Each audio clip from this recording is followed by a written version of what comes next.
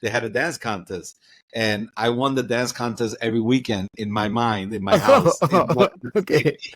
I was like, I could dance better than them. Right. And then shortly thereafter, like I started to grow up in New York City, in the Bronx, and the boom happened. Where hustle music was being played all over the place, and it was dancing this dance. I was like, wow, I gravitated to it. It was before any other salsa days. I would only hear salsa with my mother and father would play the LPs, they call them back then, the Right. vinyls. Mhm. And then everywhere you went, there were dancing in the youth centers. We have one called United Bronx Parents, UBP, but they had them all over the neighborhoods, and they would bring DJs and the older people, the older kids, 17, 18-year-olds with dancing. Right. So I could tell you, one day I was with a friend of mine at UBP, and I saw these two girls that were in my class dancing hustle. And then I told my friend Mike, I said, Mike, your name, Mike. So I said, Mike, I want to tell Haiti and Debbie to come to my house right now after this, and we're going to learn how to dance this stuff. So they brought us to, I brought them to my house, and we started dancing. They showed me the count, and we were able to do it, and I fell in love ever since.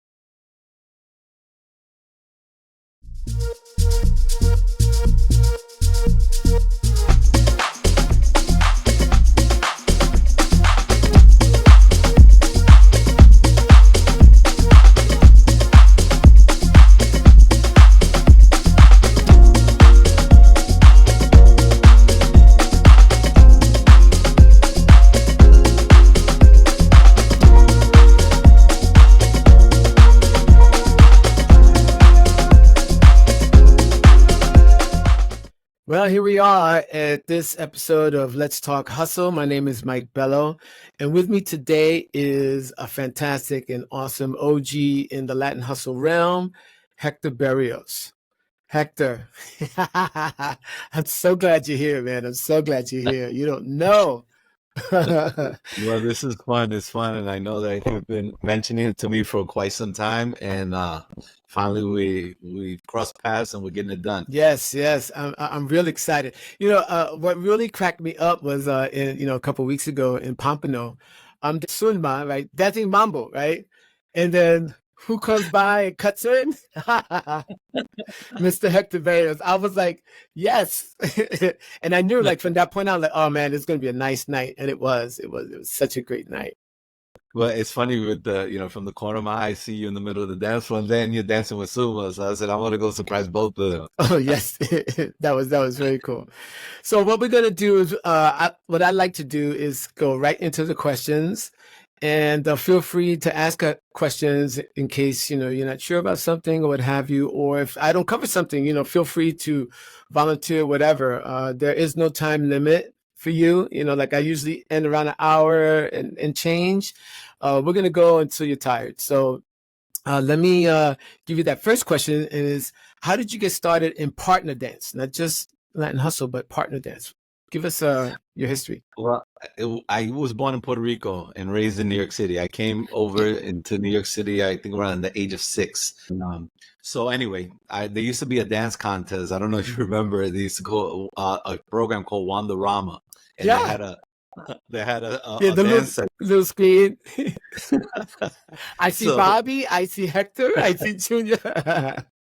Right. So it's funny because I turned that program on, and it was funny because they had a dance contest, and I won the dance contest every weekend in my mind, in my house. I was like, I could dance better than them. Right. And then shortly thereafter, I started to grow up in New York City, in the Bronx, and the boom happened. Where hustle music was being played all over the place, and it was dancing this dance. I was like, wow, I gravitated to it.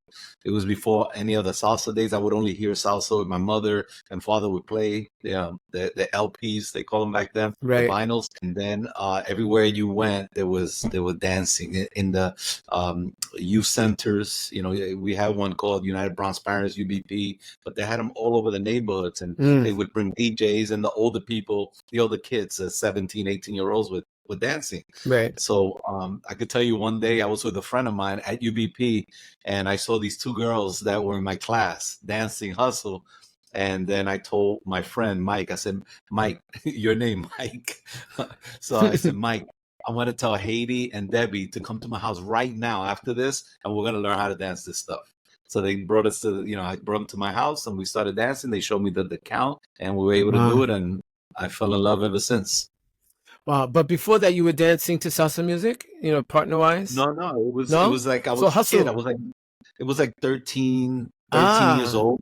okay. When we after school, you're inner city kid that would go to these programs, and Right. one we're playing ping pong, bumper pool, and then all of a sudden you hear the Right. music and you go over there, it's like, Right. what's Like the going on boys here? club or shit like that. Yeah, Right. Yeah. Boys Yeah. Club, yeah, Right. all those places. Right. Yeah, Right. back then. Okay. So So, that's so, where, yeah. so Latin hustle was your first dance, Yes, your first partner yes, dance. Wow. yes. I Yeah. don't know why, I would have thought it would have been, mambo, dancing to salsa music, but that's interesting. No, I would So, hear my mother and all that, but no, it was all the hustle for me. wow, that's interesting. Yeah. So, And so yeah. you said you were like around 13 years old Yes, and then when you first learned. I lived on Prospect and 156th Street. That's in the 42nd precinct. They did the movie The Fort Apache. I Right, lived in right. that St. John's and Oh, real safe. Dawson. That was a real safe neighborhood. Yeah, I don't know about that. I've seen the craziest things in my lifetime. No, no, I hear Growing you. up. I hear you. So anyway, they used to play music there, but there was a lot of dancers that were like you could see there was a level that was different than what the normal community did. And at that time, it was when they used to do, I think I've heard it called the rope hustle, where they used to Right. bring the arm around. And then I started to see the guys that would go to the clubs, downtown and come back to the neighborhood. And that's in the park. They started going out with the arm. And it was like, instead of doing this, they just started bringing the girl. I was like, wait a minute, that's a different touch to it. But you could see there were the more experienced people, the ones that would go out on the club scene. So I then they would see. bring all those moves back to the To the neighborhood. and Right. then everybody would start copying. But I used to see a guy named Thomas. He was from St. John's, and he was so smooth, and I mean, just beautiful. And I was like, you know what? I was so attracted to the way he danced. I made friends with him because he used to play sports, and so did I. So I connected with him, and he took me under his wing, and he started teaching me, like little moves back then. So you were assuming the Thomas style. Yes, right? without a doubt. Yeah.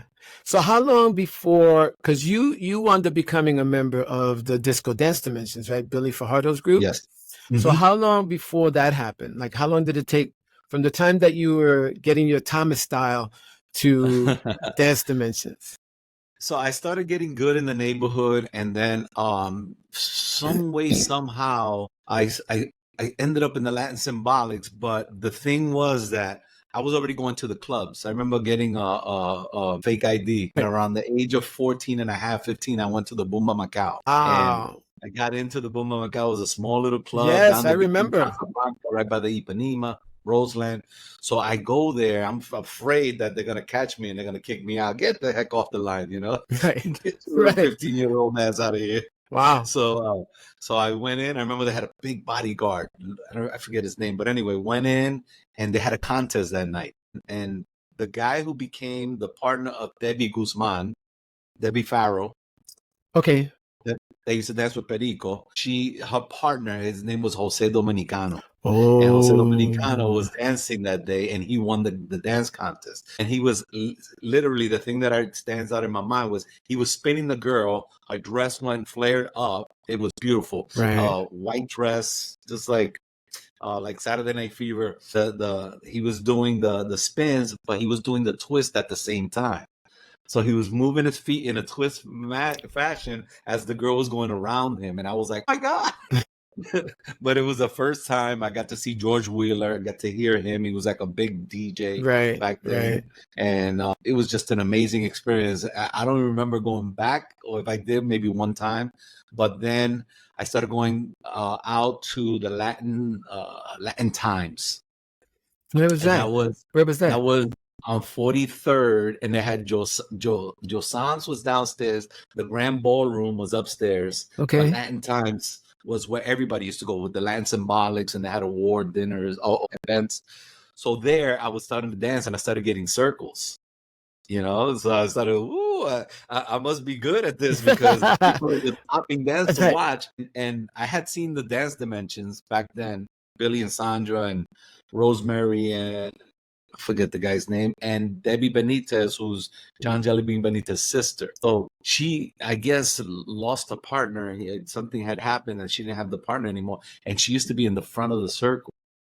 And she was a very good looking, attractive woman, you know. And I'm dancing, I'm thinking that she likes me. Right. As a kid, I'm a 50-year-old. Right.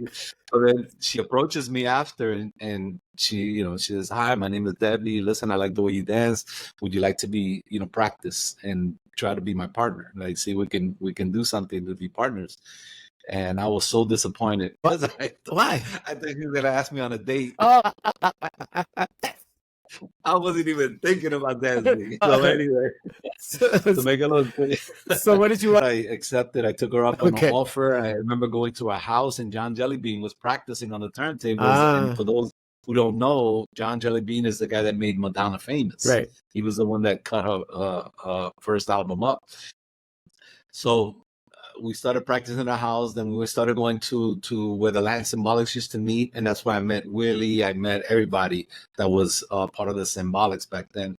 And one day there was a competition. After all that work that we were doing, it's time to put it to use, So there was a contest at the Whole Avenue Boys Club in the Bronx. And I think Floyd and Nelly had won one of the preliminaries, and Eddie and Lourdes won the second week. So I asked Debbie if she wanted to enter the contest, and she told me that she had a date with her boyfriend, that she couldn't make it. Another dig. And I was like, I played. I don't know if you know, I played professional baseball. Right. So I was an all-city player in New York City. I was one of the best players to come out of there. I ended up, playing for quite some time and then coach. But to make a long story short, there was a competitive nature in me, and she was not going to steal that moment of a dance contest that we had worked so hard for her going with her boyfriend. So I told her, I said, listen, I'm going to join the contest with or without you. So I called a girl named Jackie. And then Jackie became my partner from that point on. What's her last name? Jackie who? Jacqueline Cruz. Okay. She was on the dance dimensions with me, but Jackie, I called her and she goes, I have a partner. My partner is George. And then, I hope George is not listening, but I said, listen, George is not going to take you to the promised land. I am. I'm going down there. We're going to practice and we're going to join this contest together. So she had no choice. Nice. And we entered the contest and we won the preliminary. So now in the finals is Floyd and Nelly, Eddie and Lourdes, myself, and I don't know who other couples that had won the preliminaries. But Floyd and Nelly had to go to the Merv Griffin because they were competing for the King and Queen that kicked off the Dance Fever. So they were not in the competition. So it was just Eddie and I. And poor Jackie had to deal with me every day after school for 3.5 hours. We used to practice and practice and practice. And we practiced our routine till we couldn't get it wrong. Wow. Not trying to get it right till we couldn't get it wrong. So we were so prepared. And the other thing is that I had Billy and Sandra's style. That's the style that I liked. I liked the way he was so smooth and classy, the way he dressed. And I always found, like, at that point, Eddie, his weak point, they were a little sloppy in their routine. He would throw the girl up. It was spectacular, but they didn't have that style that Billy had, the lines and all that. Right. And I think that's what brought us over the top, and we ended up beating them in the finals. Nice. And that was like, nobody beat Eddie and Lourdes. Right. Wow. Yeah, so we have the distinction that we won in front of, like, what would they say, our home crowd, because I went to Monroe High School. What year was this? That was around 1978, beginning of 1978 in the winter. And then 3 weeks later, there was another contest at the Mitchell Gym on 138th Street. And Alexander, I think it is. Anyway, we entered that competition. Now, everybody from New York City was in that one. I remember Dante. I don't know if you ever heard of Dante. I heard of him. I wish I'd have seen him. But everybody was in that competition. And Jackie and I entered, and we didn't do as good as the other. I think I messed up the routine. So we weren't as sharp. So we ended up coming in third place. But the people that were judging that competition was Billy Fajardo, Sandra, Enrico, and Debbie. And they needed one more partner they were looking for. And since we had emulated their style, we looked just like their team. So it was like a perfect transition. So we ended up losing the competition, coming in third, but we ended up winning the ultimate prize, which was being with Dance Dimensions. Wow. That's So a great that's story. And how long were you with them? How long were you with Billy? for 4 years. I was the one that broke the group up because I was playing baseball. Yeah. So Billy had us, and then I recruited Louis and Francine because Louis was pretty tall and he kind of matched Billy's height and Perico's Okay. height. I was like, this is the perfect match. All we needed somebody to kind of like do the routine, and they're very good. Right. Louis Rivera? So Louis Rivera. So Louis from my neighborhood. So I recruited. Oh, nice. Yeah, I recruited Louis. Louis, come on, you got to come to this, to the rehearsals. They chose them, and then we were a four-man group. And before you know it, we were traveling all over the country. We were on NBC, Don Kirsh's rock concert. We were in Europe. We toured all of Europe. There was 2 legs of the trip. They went on the first leg. I was too young, and I stayed in school. And then for February, when they came back for the Christmas holiday, I went back on the second leg. So I ended up being in Morocco, Africa with Elisa Nunziella, her partner, who had won the Harvest Moon Ball. So it was like a Saturday night theme, and we all kind of performed around that theme. Wow. So it was pretty cool. We had people from the New York Hustle. It was like a combination of different groups together.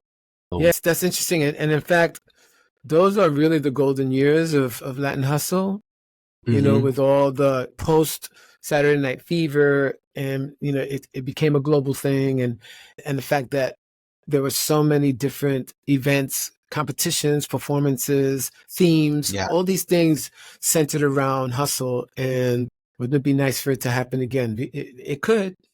Yeah, I'm starting to see it, and it's at a global scale versus it was a little piece of the United States that was starting to like evolve, and then the rest of the United States took off with the movement.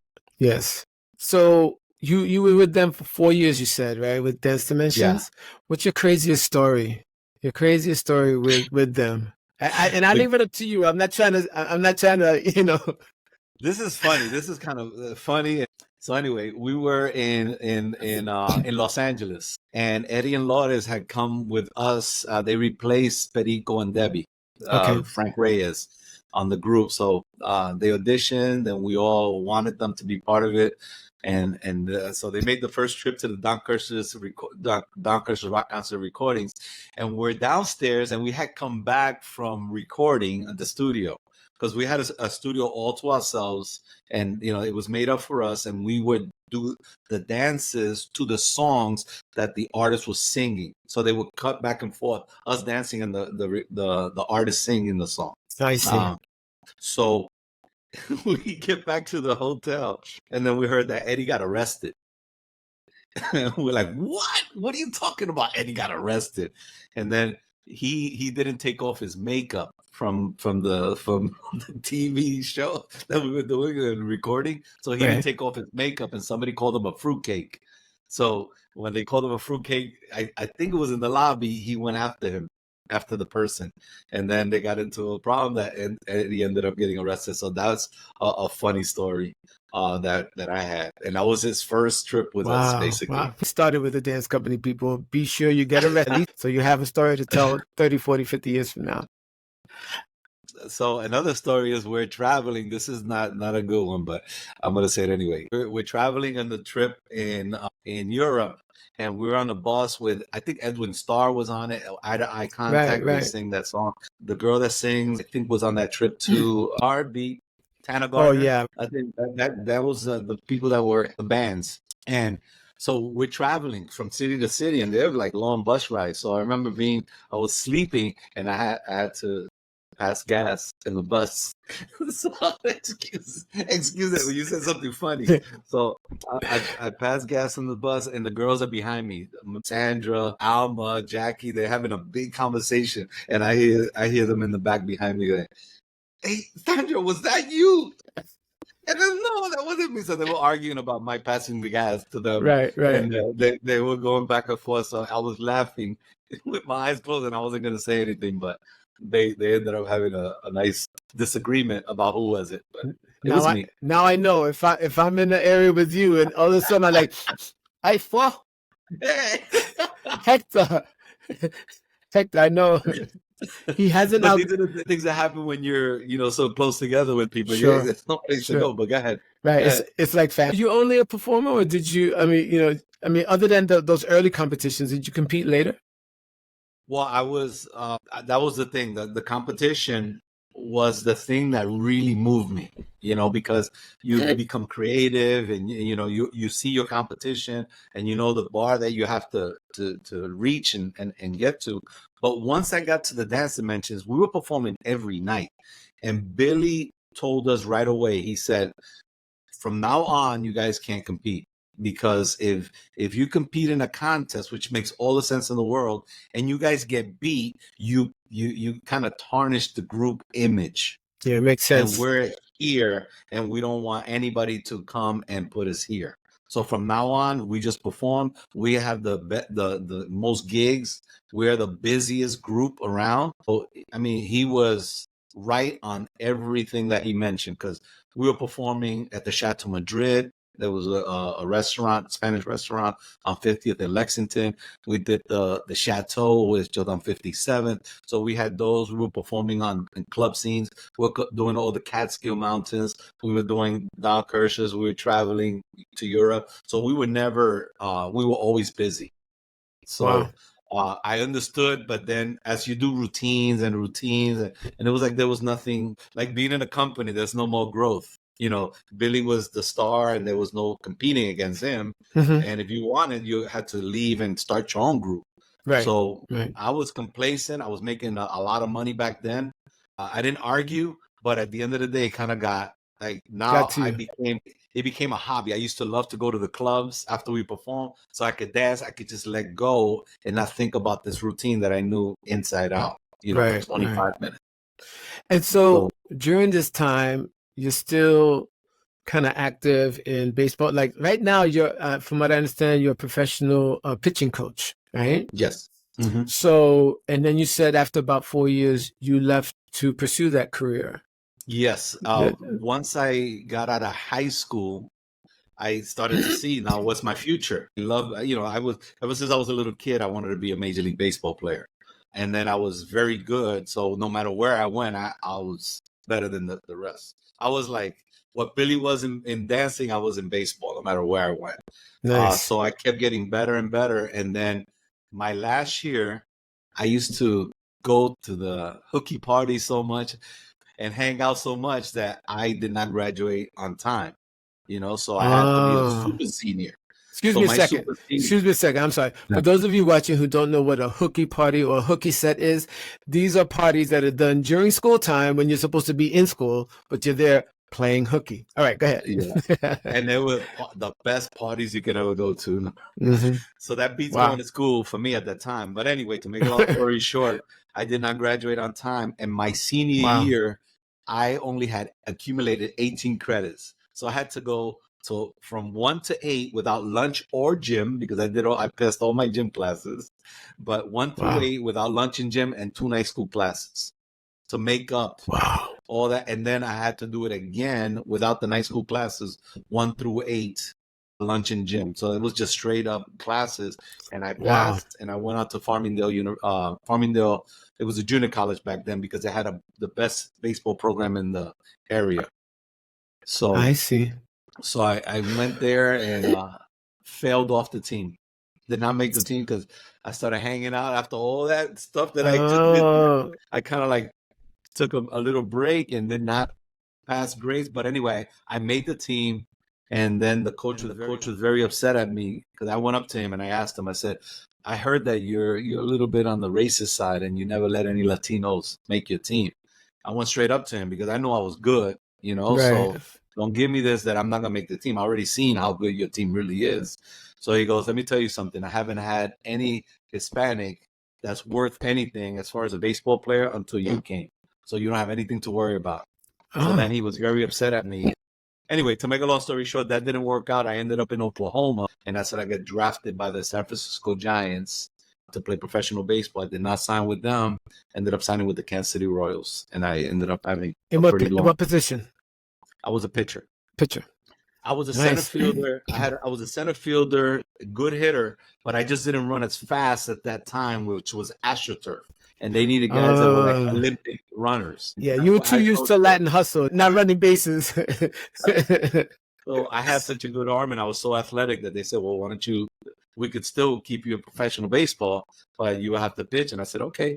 And I ended up doing a lot of good things. I ended up being in big league camp with the Dodgers and the Tigers.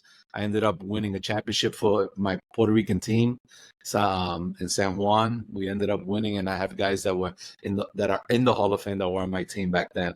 Wow. So it was a great ride and a great decision that I made to leave the group. And then going back to the group, Billy started going a different direction, getting older people who wasn't as responsible as us. You know, we were kids, so we did anything that he asked of us, jump, and we asked how high. And then that was the beginning, like towards the beginning of the end of the dance dimension. I see.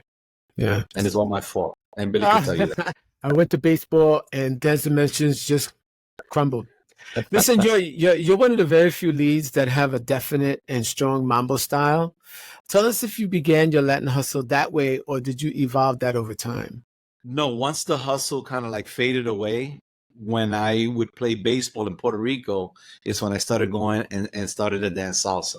And I did not know how to dance on the rails on the track because hustle is more, for me, round. Back in the day, everybody was not on the track. Right. And then for the first time, I took a lesson from a girl named Jackie Ramos from Puerto Rico. And she started explaining to me the track. And then I started to get the hang of what that meant. I still can't do it in hustle for whatever reason. I could do it in salsa. Right, so right. I started just really getting into salsa. And then I had a friend of mine, Nick Messina, who lives in New York. Sounds familiar. He used to dance with Descarga Latina. So I used to close myself in the studio. It's stepping out. We used to close once he finished his dance classes, and I would film every turn pattern that he was teaching me, and I would go home to Florida and practice. Practice. I had a guy named Mario, the Million Moves or something like that. Yeah, Million Moves, man. Yeah. So I started watching his Mario videos from Europe. That he lives in England. Yeah. So Mario, I started watching his videos, and I started getting the hang of it. And when I dance hustle, I never counted. It was just more like seeing the rhythm, staying on that rhythm, and hitting the phrases. You know, when you choreograph. When I got to salsa, it changed completely. And then ultimately, I ended up with Nelson Flores doing the hustle number in the Latin Madness. Right, with you and Tracy. Yeah. Yes. So we did that, and we went to Europe. And I remember I was like a fly on the wall with Billy and Victorio, and then putting the sound together, the lighting, everything, had to be perfect for the show, because the light man can mess up your whole show if he doesn't turn on the lights at the right time. Yeah. So when I went to Italy with them, with Nelson Flores and his group, Descarga Latina. And when we're there, I'm breaking all this stuff down because he showed me a video. I was like, this doesn't look good. They just turn off the lights and you just turn them back on, and now you start a new routine. No, you could change. You could do so much with the lighting, and you have to have the right person doing it. Right. So you have to educate that person because he doesn't know. He just lighting up the stage. So when I went to Italy, I started giving the guy a hard time. He didn't understand it at the time, but Latin Madness evolved from that situation because he started to see, and what I explained to him, I said, you're doing all these routines, and every week you have to start a new routine so you can go a side street, and then you're going to perform in Latin Quarter. So you got to do a new routine. Why don't you do one routine, right? Keep that in the mix, and then keep having different routines where you can make a show and take that to the Catskills and go make money with that instead of having to spin your wheels for a new routine all the time. So, and then he used to do a comedy show too that he would get anybody that went to it to be part of. So that's how that whole thing evolved. And he ended up doing a tremendous thing that it's, I think, the only off-Broadway show that had salsa in it. Yeah. And he's a funny dude, Nelson. Super funny. Nelson. And he's a very cool guy. Very, very good guy. I know that as far as baseball, you were like his idol because you did it. You made it up together. We went to Puerto Rico together to play Little League. Oh, nice. I didn't know that. Yeah. So that's good information. But circling back to this mambo style Latin hustle, now I understand it. And there's only, like you were saying, that your style or the way you maneuver on the dance floor is circular, and which is unique. You're like one of two people that I know of that dance circular, and one of them, of course, is and one of them, of course, is Derek Allen, right? Yeah. There's another guy who didn't dance professionally, but he's circular too. His name is Jonathan. I always wondered, like, where did that come from? And I thought for sure that it was because of mambo, but I understand how you started in Latin hustle and then getting into salsa. That whole approach, did you learn on one or on two? Two. So you learned on two. New York, so that's everybody. Right. Yeah, that's very interesting, and it's cool to watch you because, and then you don't stop. It's like watching a couple of people all in one when I watch you dance, because I could see Mario. I could see Mario in that, and I could also see, like, do you know Ismael Otero? Of course. Yeah, so he's another one. I have his videos too. Yeah, he's like the original Million Moves Man. But then Mario came on the scene, and then so he was the Million Moves Man and overseas, and so I could see that. And when I watch you dance, which I haven't seen a lot of, the first time I saw you dance was in a video that Willie took. I think it was New York Hustle Congress, and it was very dark and all that. And I was like, this dude is freaking, like, he's like nonstop. He's like the freaking Ever Ready battery, because you just kept, you didn't pause. You didn't pause with any. You just went from one. I don't think there was a crossbody lead in anything that you did, And I was like, damn, this guy is like fierce. And so every time I seen you, whether it's, the only time I saw you live was in Miami last year, and I was like, wow, man. And I just stood back, and I'm just like, I'm agog with your stamina, your technique, your flow. It's very Latin. It's very Latin. So it speaks more on the Latin side than not.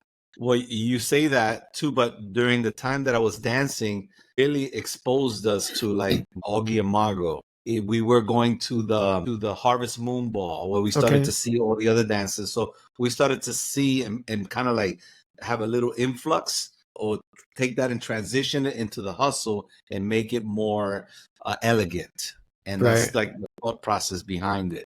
How those people would take over the floor. It wasn't like you're dancing in a little spot. It's like you gotta expand and use the whole, every inch of space that you have, use it, but use it with eloquence and smoothness and good footwork and all that stuff. Yeah, it's evident. It's evident in what you do, and I love it.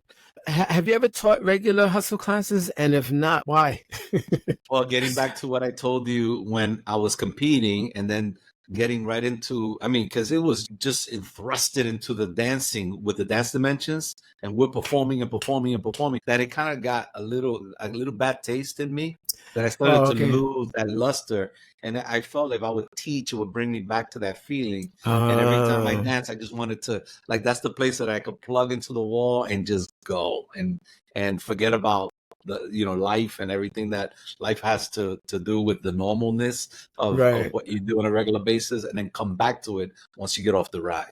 That makes sense. So, yeah, I could see that. So now it just becomes enjoyment. I can have a place where I can let go and just enjoy what I'm doing, and then go back to reality. Yeah. Where do you go to dance nowadays, or it just whatever, whenever? Well, I haven't. I was every week here in where I live in Florida. I live in the Fort Lauderdale section. There was Born to Salsa was the name of the company or the group that will hold these social events all throughout this area. So I was wherever they had parties, I was there. That's your salsa. Okay. There was no hustle.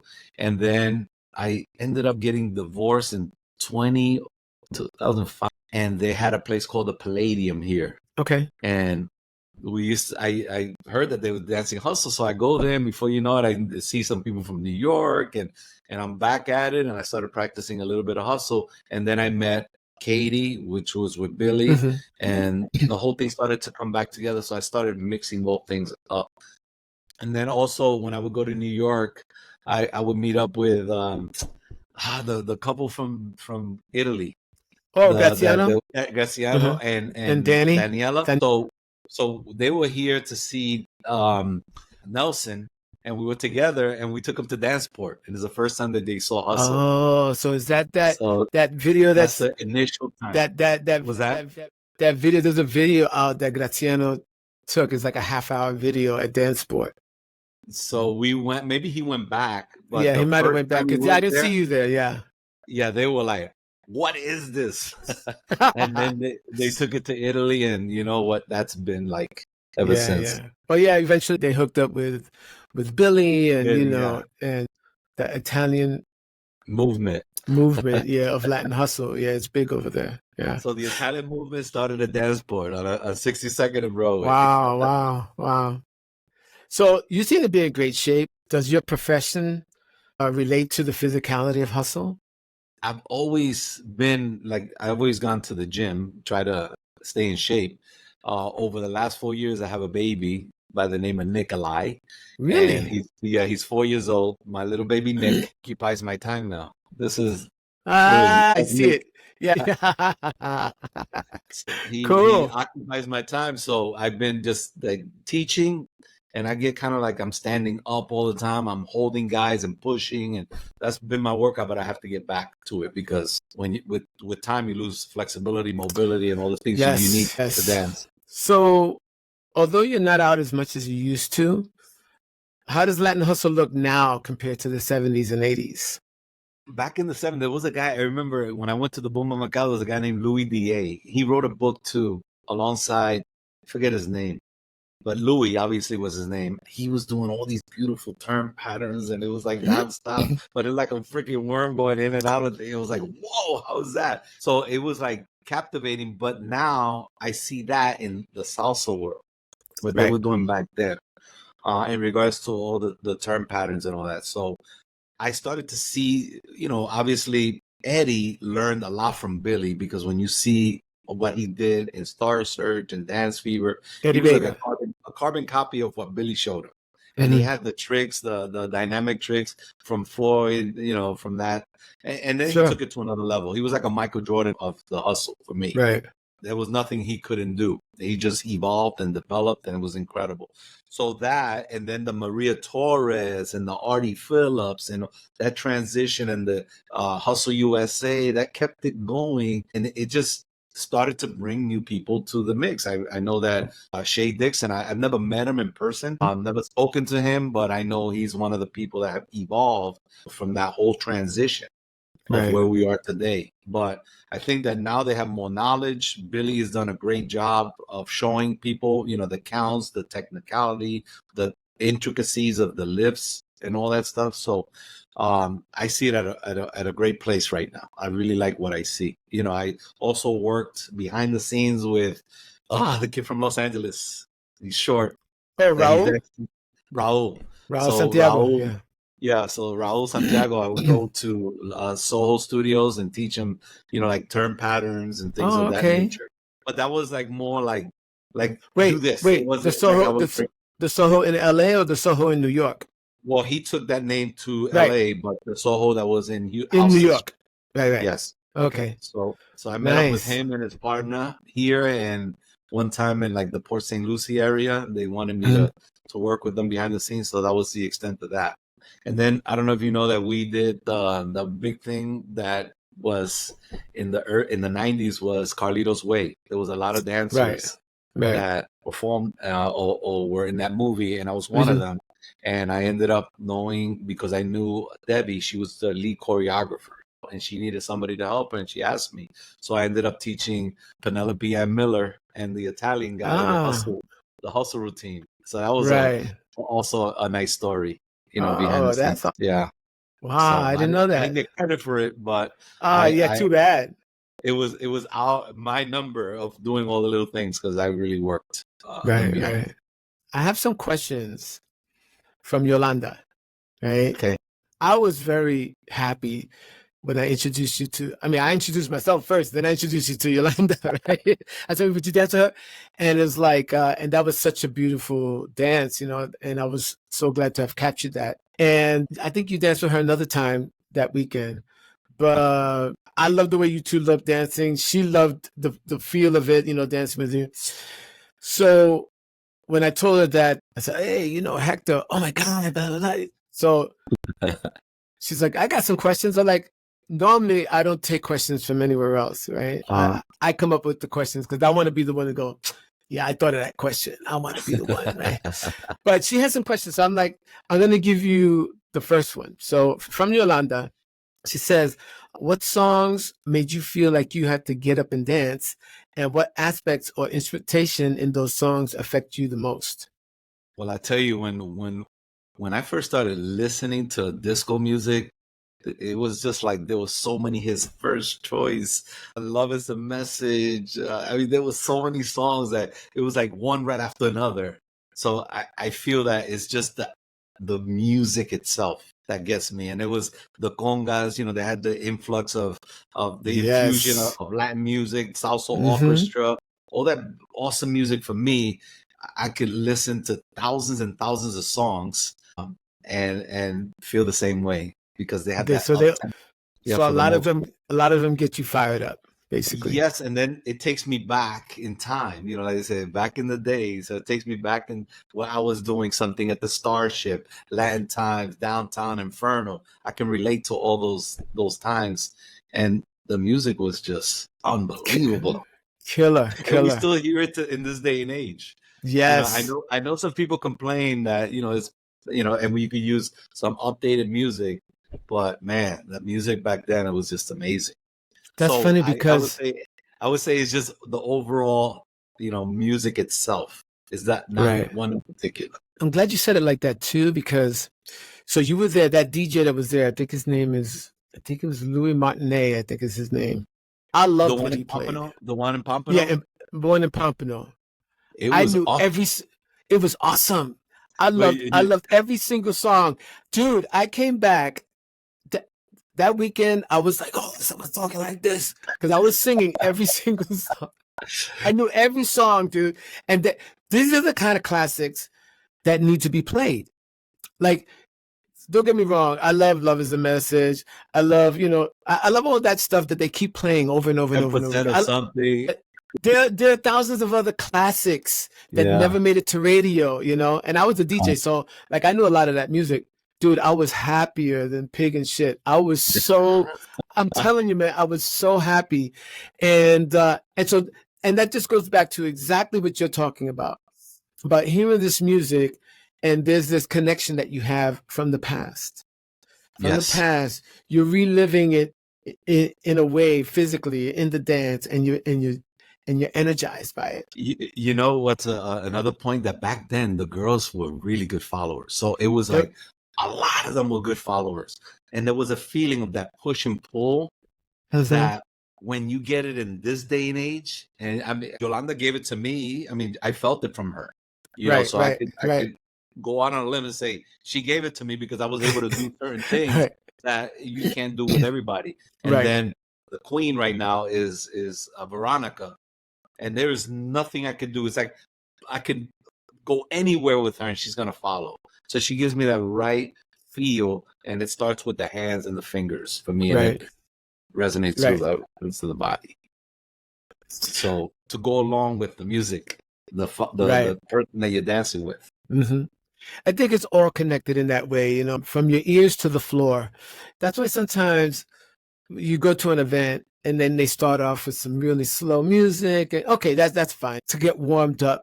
But it doesn't have to be a warm up for like an hour. Like do a warm up for like 3 or 4 songs and then let's get it cooking. Or like there's like these down tempo songs that really have fire in it. Like you saying with the congas. Dude, I'm insane for congas. Anytime I hear congas, and you'll hear me say it on the videos, congas. Because that something about the congas just make it more attractive. You feel something internally. I wanted to add something else, like with the salsa world. When we did the movie Carlito's Way, there was a girl named Bettina and Nelly. They had got the gig at Madison Square Garden, the salsa concert gig from Ralph Mercado. And they asked us, I think that Nelly Caro convinced her, why don't you use Hector and Billy, and we could do tricks at the concert where nobody had done tricks before. So we were the first ones that changed the whole scope of the salsa, right? And lifts and tricks and adagio, because we did it in the combinación perfecta. We were the first ones to lift girls off the ground in salsa in the history of the dance. Wow. When was that? 90? Today you have the acrobatic, Right. what is it, the cabaret art, Right. that just took over like wildfire. But what year was that? This was like Combinación 93, Perfecta. Yeah, I thought it was the 93, 90s. 4 around there. Right, right. So in the beginning, we opened up with doing tricks and lifts and doing doubles. It was amazing. Yeah, You yeah. know, Did they go on tour with that too? I mean, the yeah, Combinación Perfecta, yeah. right? We Yeah, yeah, we yeah. did it. We did it in Colombia. We did 3 cities in Colombia: Bogotá, Medellín, Cali. 4 cities in Cartagena, I think. And then we also went to Puerto Rico. We did Madison Square Garden, and we did the Hollywood Bowl in Oh, Hollywood okay. Wow, with nice. Marlon Brando present and Garcia, the Cuban actor. What's his name? Garcia, that was Oh, played in. yes, yes, yes. I know who you're talking about because yeah. Yeah, yeah. He really got into salsa music Yeah. as a benefactor of sorts, you know. Uh, Yeah, yeah. I know who so you're talking about. I think that was pretty cool. That transition of the hustle out integrated with salsa, and then ended up having a whole different competition when it came to lifts and tricks to cabaret. I've seen it and I know it that hustle and salsa they borrowed from each other. Because when one started to innovate, the other Mm-hmm. picked it up. And then they would innovate more because of that innovation. And then the other would. So now sometimes it's difficult to go, oh, this started here first. Like to trace it back can be a little difficult because, like, okay, who actually did that first? Right. Yes. But because But it's a Latin that's dance, documented. That's the video. That was like early on. That was yes, 93. That's a exactly. long time ago. Yes. And I'm sorry, but I also meant hear you mentioned the land hustle and the connection it has to the overall grand scheme of things.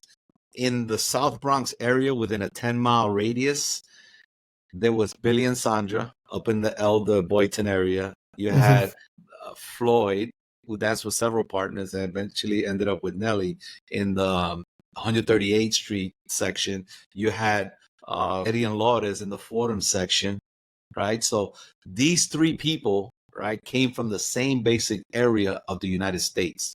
And those 3 people won every major competition in the United States. It was Dance Fever, The King and Queen Merv Griffin Show, and Star Search. So that all came from that area. Those people used to go to clubbing in Manhattan, and that's where you get the Dantes and the Doce Dominicanos from the Upper West Side, and then you mm, get the people from Brooklyn, the Maria Torres, and those people, and Artie, and they all started to come and see what those guys were doing because those were the guys that were winning the competitions. So right. everybody wanted to do what they were doing, which is the interpretation of the Latin hustle, if that makes Yes. any sense. That's how it all integrated Yeah, together. I'm glad you mentioned that because there, of course, the only other person that has been on this platform has been Derek Allen from back in the day who can speak on it. And we will have other folks after you to help corroborate that. Not saying that what you're saying is false. It's just to let people know that these things did occur. Like what you're Mhm. seeing now is because of what happened before. This isn't a recent phenomenon. This is Right. something that has happened for many decades. And when we look back and we touch on those individuals that were trailblazers, that Yeah. were innovators, that were originators of specific movements and or attitudes and fierceness, then we could no, it didn't start in the ballroom. In fact, I don't think there was any ballroom dance that started in the ballroom. All the dances in ballroom started in the street somewhere. They were Mm. jungle first before they sterilized them in the ballroom. And Uh, that's not to say that ballroom dance isn't nice. I'm just saying that I'm going to paraphrase something that Eddie Torres has said once. He said something that for mambo, he said mhm. mambo comes from the jungle. And then it comes into the ballroom and it's cleaned up and it's codified and but then when you're done, you got to go back into the jungle. You got to go back Yes. to the jungle. You got to let it out. Yeah, there's something to be said about technique. Absolutely. But then you have to let your soul come out of it, you know? Absolutely. I And agree. so I'm glad you brought that up without me, bringing in any input as to Latin hustle, because Latin hustle is very important to the genre. Because when we Mhm. say hustle, we're talking about Latin hustle. And yeah, there are offshoots because after a while, for one reason or another, maybe people didn't have the exposure to the Latin ideology, feel, or technique associated to this dance, but the dance is still the same. The count is still the same, but Hmm. and one is still the same, right? Yeah. So we have to look back at that and not try to claim ownership on the dance because we may not have been there for those people that may do that. So thank you for bringing that up. And I appreciate that. Okay, here's another question from Yolanda, right? She says, if you could only dance one style of social dance for the rest of your life, which one would you choose and why? If I can choose, Only one social oh, dance, any partner dance. for me, Which it's one would hustle. you choose? Hustle. Hustle. Hustle. Yeah. Yeah, because that I was mean, your first. I got into salsa so much because that's all I did. It's like I closed myself off. But hustle's always it's in me, since I was a kid. So it was like the first thing that I actually saw, and then I migrated to salsa. So my roots is the hustle. That's wonderful. Yeah.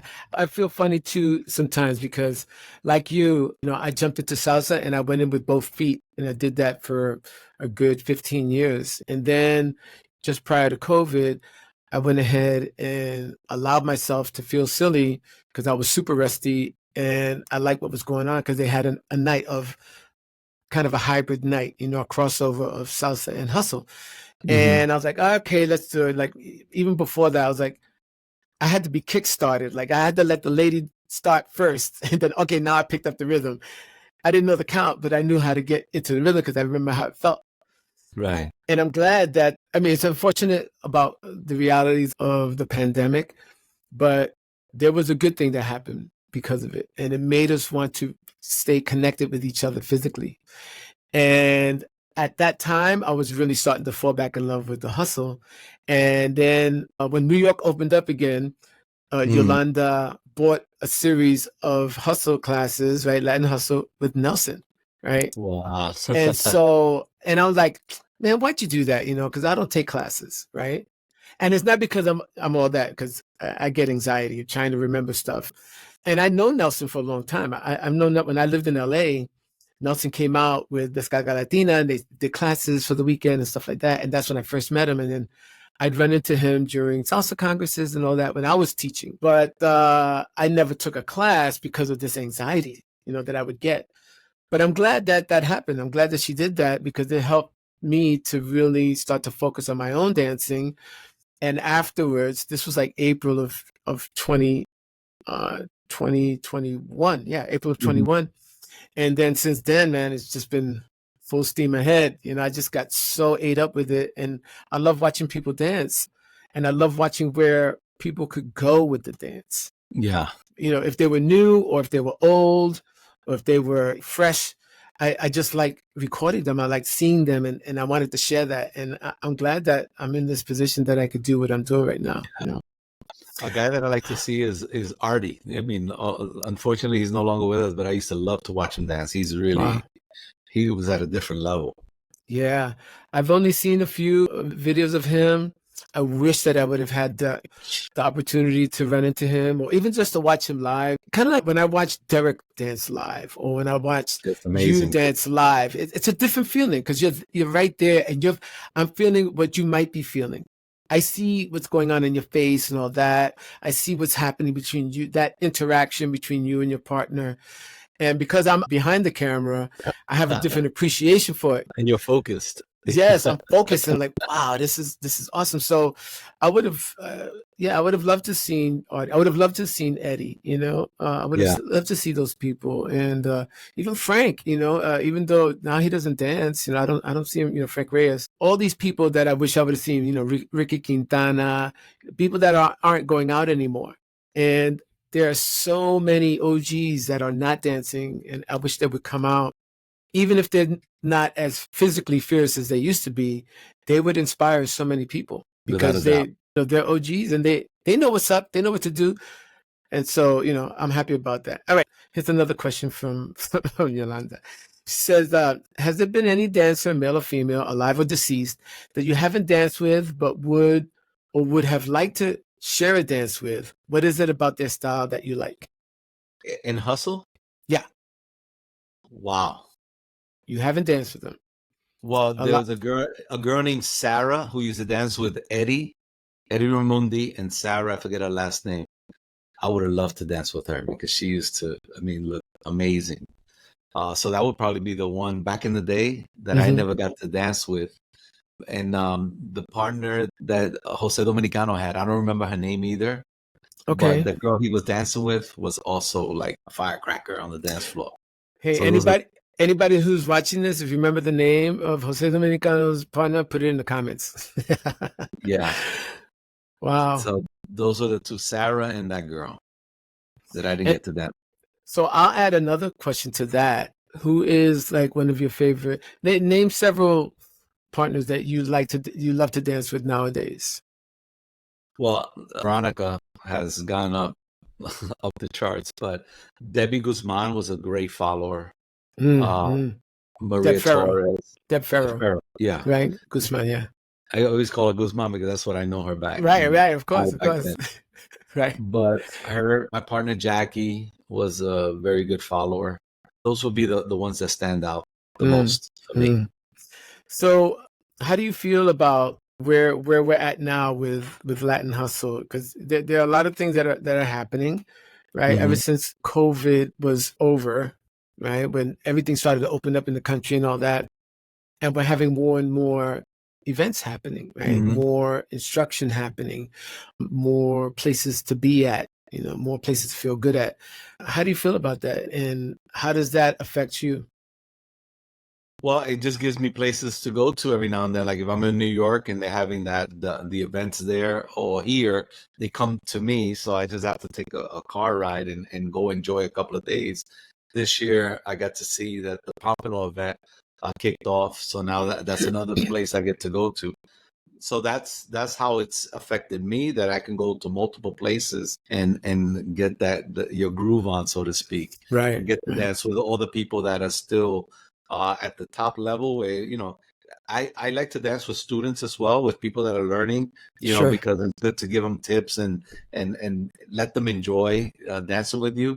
But I also enjoy that person that could give me that fix that I need on the dance floor, and that enjoyment that I get. You don't get to dance that often though, right? Like you don't have like a regular, it's like, it's spotty. No. Yeah, it's just like the events. I went to Billy's and then I went to Pompanos. And that's months apart. Yeah, that was August. Yeah. And then I got to go, when I was in New York about 2 years ago, I got to go to the Imperial, I think. You went to Imperial? Yeah, one time. Wow. Yeah. That was fun because obviously I love being around John. Yes, John Boots. Yeah. So, I get to dance with him, and I like to get his lung capacity expanded beyond what it normally is. Right. And he's like, stop, I gotta stop you too much. Yes, I wish I'd have been there. You're talking about the Imperial Ballroom in Chinatown.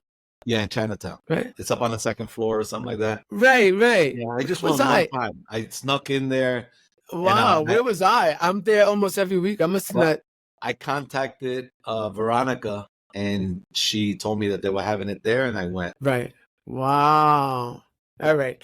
The last question. What is Latin Hustle to you? And let people know the real deal in your opinion.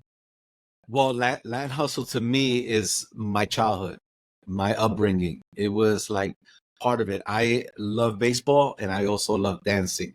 And the ability to have something come into your life that I feel that was God sent.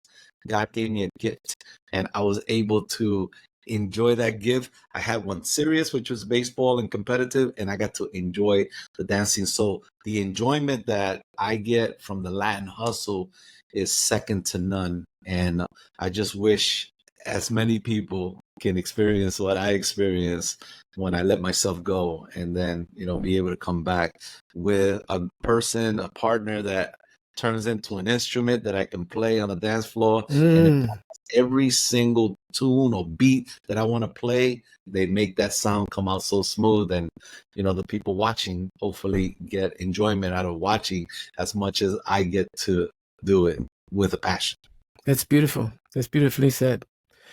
Well, Hector, man, you don't know how great I feel, speaking with you. I'm sure we'll talk more in the not too distant future and, do some things. But folks, this is Hector Berrios.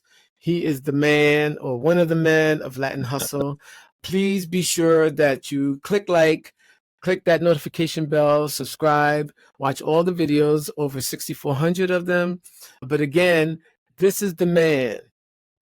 And I can't wait to see you again, my man. Well, Mike, thank you for inviting me into your podcast, and for all the people that are watching, I hope that they get a little something of back in the day that I can at least add to your program and to the industry, to the hustle environment. And for those of you that are starting out, keep up the good work. I watch from a distance on my computer, and I see what you guys are all doing. So keep it up, and I look forward to meeting some of you down the road. Don't be afraid to come up to me and just tell me your name and a little bit about yourself. Awesome. Well, at this point, we're just going to say goodbye. Say goodbye, Hector. All right. Take care. All right, man. Love you, dude. Same here. Take All care. Right. Bye. Bye. Hey, Mike Bello here in the M123 studio with the Let's Talk Hustle podcast. I want to give a quick shout out to New Circle Films, who were so gracious to sponsor me with product, especially this particular boom arm for the microphone, as well as some lighting. So yeah, it's really helped to give a greater look to the podcast. So thank you, New Circle Films. And of course, the other shout out, tongue in cheek to M123, because the podcast is residing in the M123 channel. So that's it, folks. See you in the next video.